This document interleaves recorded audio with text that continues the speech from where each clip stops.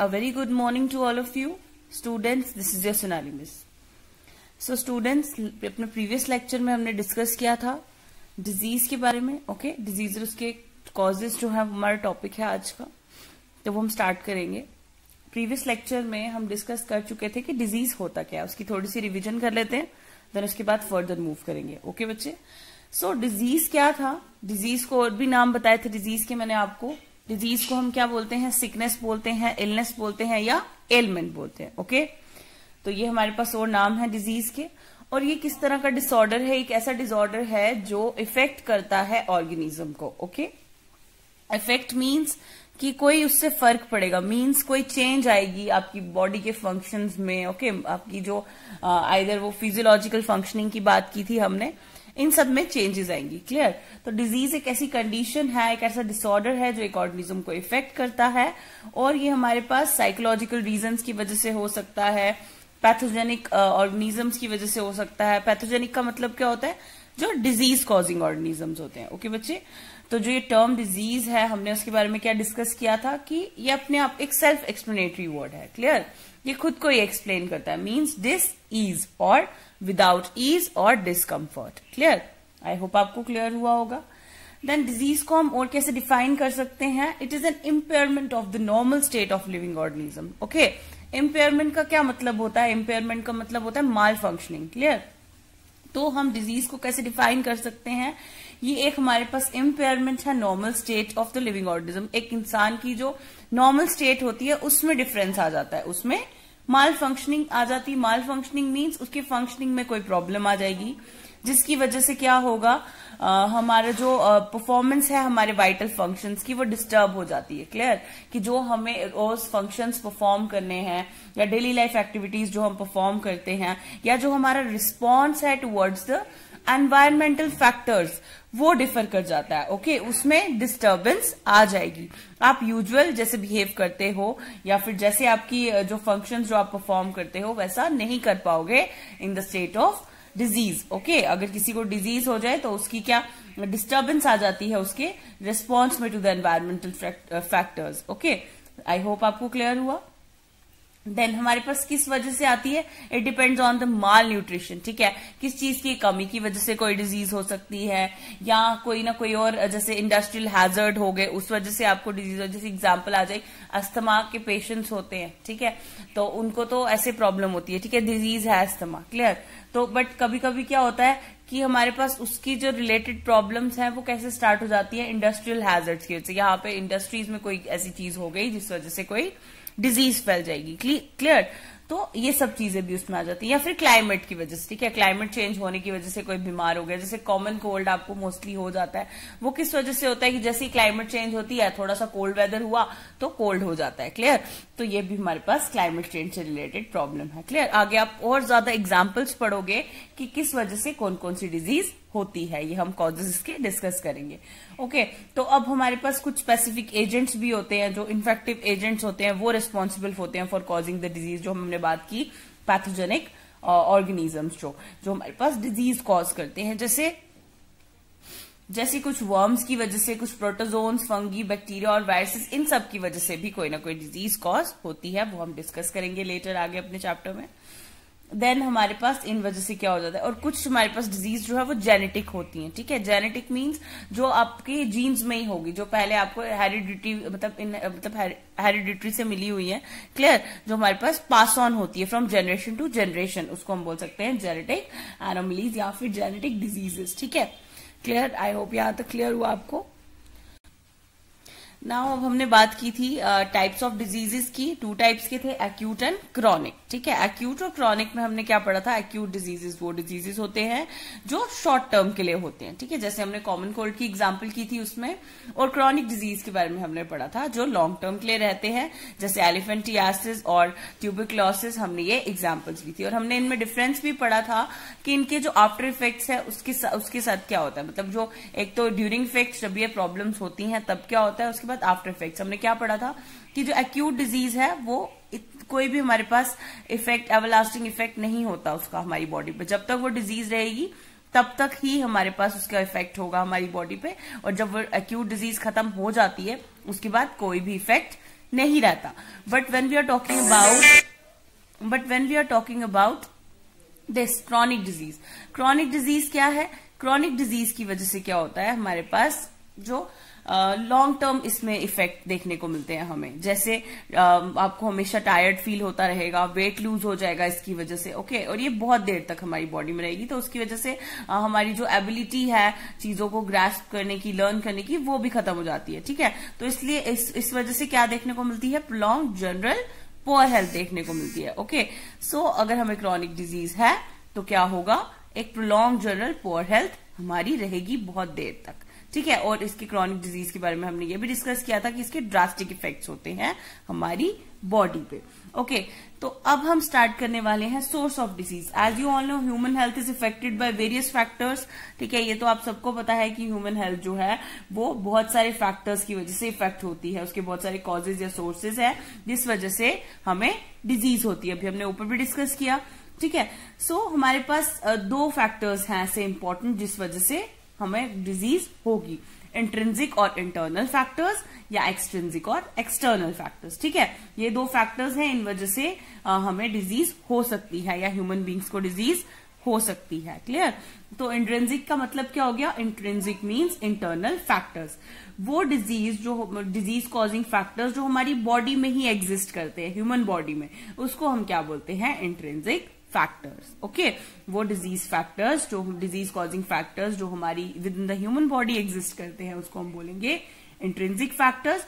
और important intrinsic factors जो effect करते हैं ह्यूमन हेल्थ को, वो क्या है? जैसे माल फंक्शनिंग है, ठीक है, इम्प्रॉपर फंक्शनिंग है वेरियस बॉडी पार्ट्स की, जैसे हार्ट, किडनी, लीवर एक्सेट्रा, ये इन सब की वजह से भी हमारे पास इंटरनल फैक्टर्स में आ रहे हैं, इंट्रिंसिक फैक्टर्स में आ रहे हैं, जिन वजह से हमें कोई ना कोई डिजीज हो रही है, ओके बच्चे। आपको ये कंटेंट यहाँ बुक में नहीं मिलेगा, आपको ये नोट्स में प्रोवाइडेड है, क्लियर बच्चे। तो आप यहाँ पे बस समझो इसको, मैं आपको क्या बता रही हूँ कि वो फैक्टर्स जो रिलेटेड हैं, जो हमें डिजीज कॉजिंग फैक्टर्स हैं, वो हम डिस्कस कर रहे हैं अभी। 2 टाइप्स के होते हैं, intrinsic factors and extrinsic factors, okay. When we are talking about intrinsic factors, intrinsic means internal factors which occurs or which exist within the body, okay, जो हमारी बॉडी में ही होते हैं और जो रिस्पॉन्सिबल होते हैं for causing any disease, okay. और एक्सट्रिंसिक फैक्टर्स कौन से हो गए? इनको हम बोलेंगे एक्सटर्नल फैक्टर्स, जो बाहर के जो पैथोजेनिक फैक्टर्स होते हैं, ओके, उनको हम बोल सकते हैं एक्सट्रिंसिक फैक्टर्स। तो हम 1 by 1 अब इसको डिस्कस कर रहे हैं, ओके। तो इंट्रिंसिक फैक्टर्स की जब हम बात कर रहे हैं, मीन्स इंटरनल फैक्टर्स, वो किन वजह से होते हैं? माल फंक्शनिंग या फिर improper functioning of various body parts. अब हमारे पास जो हमारे बॉडी पार्ट्स है वो तो इंटरनल है ना, अगर उनमें कोई माल फंक्शनिंग होगी, उनमें कोई इम्प्रॉपर फंक्शनिंग होगी, जैसे हार्ट, किडनी, लिवर, ये प्रॉपर फंक्शन नहीं करेगा, तो हमें कोई डिजीज हो सकती है, या फिर कोई जेनेटिक डिसऑर्डर हो सकती है। जैसे हमने पहले डिस्कस किया कि जेनेटिक डिसऑर्डर क्या होती है? जो पास ऑन होती है from generation to generation, okay. तो कोई जेनेटिक डिसऑर्डर, वो भी हमारे इंट्रिंसिक फैक्टर्स में आ रहा है। उसके बाद हार्मोनल इम्बैलेंस भी हमारी बॉडी के अंदर हार्मोन्स होते हैं, ठीक है। तो उस वजह से कोई इम्बैलेंस क्रिएट होने की वजह से ये भी फैक्टर हो सकता है डिजीज कॉज होने का, ओके। और malfunctioning of immune system of the body, for example allergy. अब हमारे पास इम्यून सिस्टम जो है हमें पावर प्रोवाइड करता है कि हम डिजीजेस के अगेंस्ट फाइट कर सके, ओके। तो जो इम्यून सिस्टम है उसमें भी कोई माल फंक्शनिंग आ सकती है। जैसे आपको किसी चीज से कोई एलर्जी होगी, उसमें हमारी बॉडी इम्यून नहीं होती उसके लिए, तो आपको इन्फेक्शन हो जाती है, क्लियर। तो ये हमारे पास कुछ इंट्रिंसिक फैक्टर्स थे जिस वजह से क्या होता है? डिजीज कॉज होता है। आई होप आपको क्लियर हुआ होगा। तो जो डिजीज कॉज होते हैं इंट्रिंसिक सोर्सेज की वजह से, वो कौन से होते हैं? उनको क्या बोलते हैं हम? ऑर्गेनिक या मेटाबॉलिक डिजीजेस, ओके। ये भी आपने याद रखना है that the disease caused by intrinsic sources are called organic और मेटाबॉलिक डिजीजेस, क्लियर। कि वो डिजीजेस जो इंट्रिंसिक सोर्सेज की वजह से हुए, जो हमारी बॉडी में ही प्रेजेंट है, उनकी वजह से हुए, उनको हम बोलेंगे ऑर्गेनिक और metabolic diseases, fine. So some of the diseases caused by intrinsic sources of factors are. तो अब हम कुछ डिजीजेस की बात कर लेते हैं जो इंट्रिंसिक फैक्टर्स की वजह से होते हैं। मैं आपको कुछ एग्जांपल्स बता दूं, जैसे cardiac failure, okay. Cardiac word जब भी यूज करते हैं, it is used for the heart, okay. तो हमारे पास कार्डियक फेलियर मतलब heart attack, clear. Then kidney failure, fine, उसके बाद कैटरैक्ट हो जाता है, किडनी फेलियर तो आपको पता ही है, ठीक है, किडनी फेल हो जाना, कैटरैक्ट बोलते हैं मोतियाबिंद को, ठीक है, जो आईज में व्हाइट कलर का स्पॉट हो जाता है। ओके, तो ये सब कुछ हमारे पास, और कैंसर हो जाता है, ठीक है, कैंसर में जो हमारे पास क्या होता है कि सेल्स जो है वो उनकी डिवीजन ज्यादा हो जाती है, क्लियर। तो ये हमारे पास आ गया। डायबिटीज आप सबको पता है। तो ये सब कैसी डिजीजेस हैं जो इंट्रिंसिक फैक्टर्स की वजह से हो रही है, हमारी बॉडी में जो इंटरनल फैक्टर्स हैं उनकी वजह से हो रही है ये डिजीज, क्लियर। आई होप आपको क्लियर हुआ। इंट्रिंसिक डिजीजेस, इंट्रिंसिक फैक्टर्स की वजह से जो डिजीजेस होती है वो क्या होती है, कौन कौन सी हैं, हमने डिस्कस किया अभी। अब हम मूव कर देते हैं एक्सट्रिंसिक और एक्सटर्नल फैक्टर्स पे, ठीक है। एक्सट्रिंसिक और एक्सटर्नल फैक्टर्स का मतलब यहाँ पे क्या है कि जो हमें बाहर से, जैसे पैथोजेनिक ऑर्गेनिजम्स की वजह से जो डिजीजेस होंगी जो हमारी बॉडी में एंटर करेंगे आउटसाइड से, ठीक है, उनकी वजह से जो डिजीज कॉज होती है उसको हम क्या बोलते हैं, एक्सट्रिंसिक फैक्टर्स। ओके, क्या होता है एक्सट्रिंसिक, क्या होता है हमारे पास एक्सट्रिंसिक फैक्टर्स की वजह से डिजीज कॉज होती है, वो फैक्टर्स जो पहले हमारी बॉडी में नहीं होंगे, ठीक है, वो बाहर से हमारी बॉडी में एंटर करते हैं फिर डिजीज कॉज करते हैं, ऐसे फैक्टर्स को हम क्या बोलते हैं, एक्सट्रिंसिक फैक्टर्स बोलते हैं। ओके, तो आई होप आपको यहां तक क्लियर हुआ होगा। क्लियर, तो वो हमारे पास ये फैक्टर्स किस वजह से होता है, क्यों हमें ऐसी डिजीज लग जाएगी जो बाहर से एंटर करेगी चीजें, जैसे अनबैलेंस्ड और इनएडिक्वेट डाइट, कि हमने अनबैलेंस्ड डाइट ली, इनएडिक्वेट डाइट ली, तो उस वजह से भी हमें प्रॉब्लम हो सकती है। फाइन, तो बहुत सारी ऐसी डिजीजेस हैं जो हमें कॉमनली हो जाती हैं एक्सट्रिंसिक फैक्टर्स की वजह से। क्लियर, समझ आ रही है। तो हमारे पास इसमें हम बात करते हैं जैसे डिजीज कॉजिंग माइक्रोब्स होते हैं, माइक्रो ऑर्गेनिजम्स जैसे bacteria, virus, fungi, protozoans, helminths, worms, ये सब क्या है, एक्सटर्नल फैक्टर्स हैं। From outside they enters into our body और फिर हमारे पास डिजीज कॉज करते हैं। जैसे हम बोलते हैं ना आपको कि हमेशा जब भी आप बाहर से चीज लाते हो उसको वॉश करके खाना चाहिए, क्यों बोलते हैं ऐसा? कोई ये तो आप हमेशा से सुनते आ रहे हो, आपके बड़े भी बोलते हैं, आपके टीचर्स भी बोलते हैं, बट सुनता कोई नहीं है। ओके, बट इसका मेन रीजन क्या है कि जब आप बाहर से चीजें ला रहे हो, जैसे फ्रूट्स लेके आते हो आप, अगर आप उसको विदाउट वॉशिंग खाओगे तो माइक्रो ऑर्गेनिजम्स ऐसे होते हैं जो उस पे होते हैं बट आपको विजिबल नहीं होंगे, बिकॉज दे आर माइक्रोस्कोपिक। आप उनको माइक्रोस्कोप से देख सकते हो, ऐसे आपको विजिबल नहीं होंगे, तो वो वहीं से आपकी बॉडी में एंटर कर जाते हैं जब आप विदाउट वॉशिंग किसी चीज को खाओगे। आपको प्रॉपर वॉश करना होता है चीजों को, कभी कभी नॉर्मल वॉशिंग से भी नहीं जाते हैं, प्रॉपरली वॉश करके हर एक चीज हमें खानी चाहिए, नहीं तो वर्म्स वगैरह ये जो हमारे पास माइक्रो ऑर्गेनिजम्स हैं वो हमेशा हमारे एयर में तो होते हैं, उन पे भी होते हैं हमारे, जो आप बाहर से सामान ला रहे हो वो तो ओपन पड़ा हुआ है, जब उस पे ये चीजें होंगी आपकी बॉडी में एंटर कर गई तो हमारी डिजीज कॉज हो सकती है उससे, इसीलिए आपको बोला जाता है कि हर एक चीज वॉश करके खानी चाहिए। क्लियर।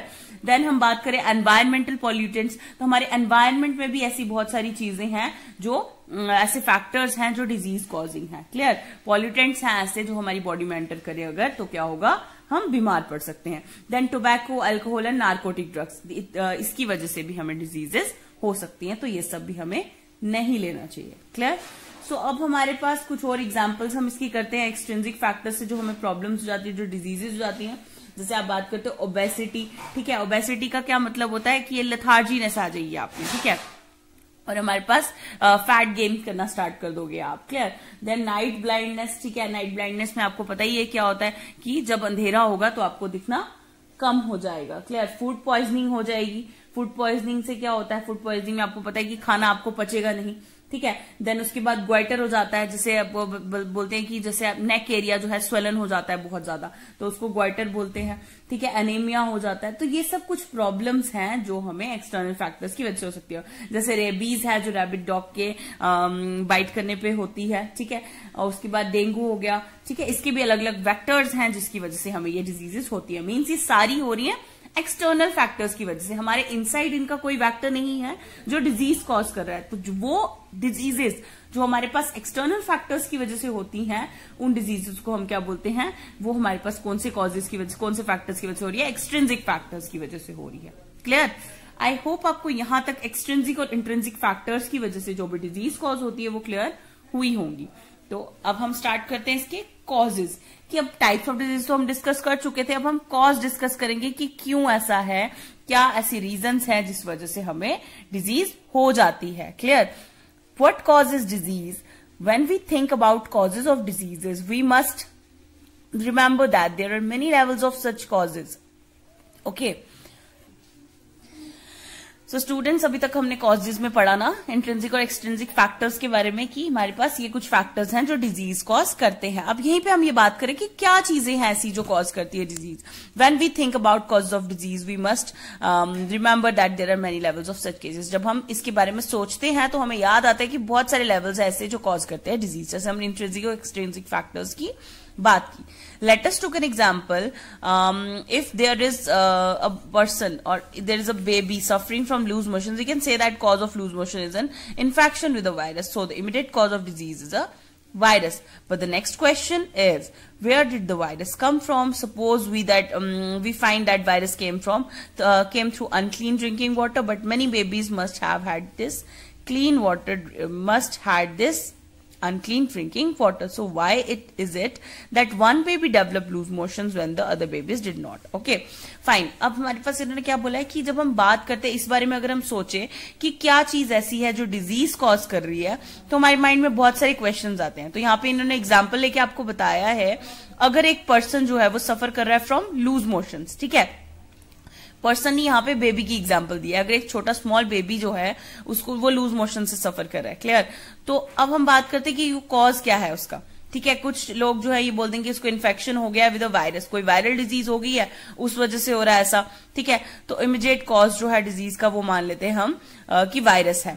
बट जो नेक्स्ट क्वेश्चन अराइज होता है कि वायरस आया कहां से। चलो उस टाइम भी मान लेते हैं कि वायरस कहां से आया, अनक्लीन ड्रिंकिंग वाटर, बट बाकी बेबीज भी वही वाटर पी रहे हैं, तो उनको क्यों नहीं वो प्रॉब्लम हो गई और उस बेबी को क्यों हुई है। तो उसके लिए एक रीजन क्या हो सकता है, one reason might be that this baby is not healthy. तो एक रीजन ये भी हो सकता है कि वो बेबी हेल्दी ना हो। So as a result it might be more to have disease when exposed to risk, whereas healthier babies would not, ठीक है।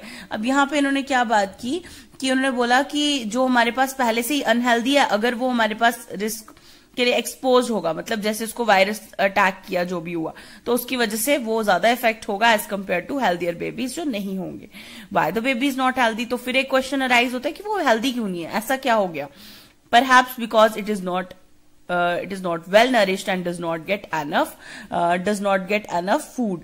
Okay, तो एक रीजन इसका ये हो सकता है कि उसको वो वेल नरिश्ड नहीं होगा और उसको प्रॉपर फूड नहीं मिल पा रहा होगा जैसा बाकियों को मिल रहा है। Okay, so lack of good nourishment becomes a second level cause of the disease. तो हमारे पास सेकेंड लेवल कॉज यहाँ पे क्या बता रहे हैं कि पहले तो अनक्लीन वाटर था फर्स्ट कॉज, देन सेकंड क्या है, या वायरल डिजीज बोल सकते हैं, बट सेकंड कॉज क्या है कि वो वेल नरिश्ड नहीं होगा, ठीक है, प्रॉपर उसको नरिशमेंट नहीं मिल पा रही है। तो ये एक सेकंड रीजन हो सकता है कि मे बी उसका हाउस होल्ड पुअर हो, ठीक है। समझ आ रही है, ये सारी कंडीशंस हमने अच्छे से समझनी है कि क्यों हमें ये चीज बताई जा रही है।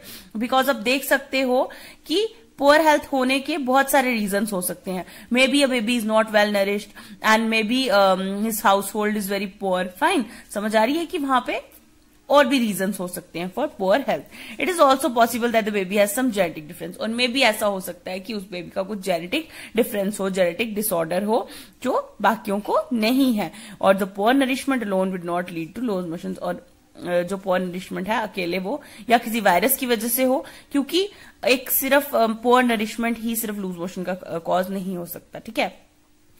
But they do become contributory cause of disease, but हमारे पास डिजीज की बहुत सारे कॉजेज हो सकते हैं।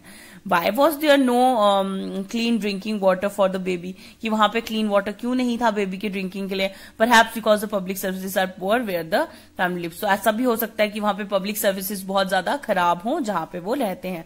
तो पॉवर्टी और लैक ऑफ पब्लिक सर्विसेज जो है वो एक थर्ड लेवल कॉज आ जाता है फॉर द बेबीज डिजीज। तो यहां से हमने क्या डिस्कस मतलब क्या समझ आया हमें ये डिस्कस करके कि एक पुअर हेल्थ होने की रीजंस जो है वो बहुत सारे हो सकते हैं और अलग अलग हो सकते हैं। जैसे पहले हमने बोल दिया कि वायरल डिजीज हो सकता, वायरल कॉज हो सकता है उसका, ठीक है, वायरस की वजह से हो गया डिजीज, देन उसके बाद अनक्लीन वाटर ड्रिंक करने की वजह से, देन उसके बाद पुअर नरिशमेंट की वजह से, या फिर पॉवर्टी और पब्लिक सर्विसेज में थोड़ी प्रॉब्लम आने की वजह से, लैक ऑफ पब्लिक सर्विसेज की वजह से भी डिजीज कॉज हो सकता है। ये हमारे पास अलग अलग रीजंस है for causing a disease. I hope ये भी आपको क्लियर हुआ। It will now be obvious that all disease will have immediate causes and contributory causes. Also, most disease will have many causes rather than one single cause. तो जो हमने अभी discuss किया उससे हमें क्या ऑब्वियस हो गया कि सारे डिजीजेस जो है उनके कुछ इमीडिएट कॉजेज हो सकते हैं और कॉन्ट्रीब्यूटरी कॉजेज भी हो सकते हैं। ऑलमोस्ट सारी डिजीजेस जो है उनके बहुत सारे कॉजेज होते हैं, एक सिंगल कॉज नहीं होता। ठीक है, हमें ये पता लग गया कि कोई भी एक डिजीज, बहुत सारी डिजीज के अलग अलग कॉजेज हो सकते हैं, कोई भी एक सिंगल कॉज की वजह से कोई डिजीज नहीं होती है, उसके बहुत सारे फैक्टर्स हो सकते हैं।